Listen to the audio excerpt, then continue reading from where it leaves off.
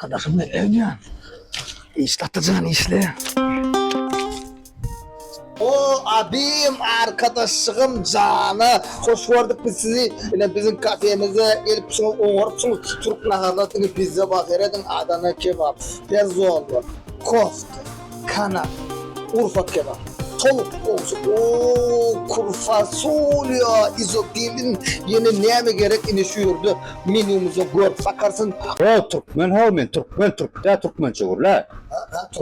Ayta köfe atıyorsun. Hemen emma dedim. Şu Türk naharlar gerek orada mehrede ya da şu Reyhan kafede. Amatlı bakada sveji öğrünü tık tık tık tık onu çekti. Ceyim dur. Gepten oyurdunlar bak. Oğuca bir nakaral Turetski. Bardak payzaklar diyattan çıkarmayın. Ben şu oktyabr ayın 10'unu sürdü. Abede çenne naharisen Karaçay, Türk çay, mod. Bakar kaptandan. Onun ayın şu 10-11'ini akşam alttan akşam 10'u çennem zvoy Türk fadlar canlı sürdü. Muhtun lepleyen muht işip yiyecekli atlanı sürdü. Teşme yeniden için hindiriyor diye. Hemen meme ayran ya olmazsa Reyhan muhtun Türk naharlar. Olya ceyimcan gepten oyurma. Bar nakaral ayda gayrat et.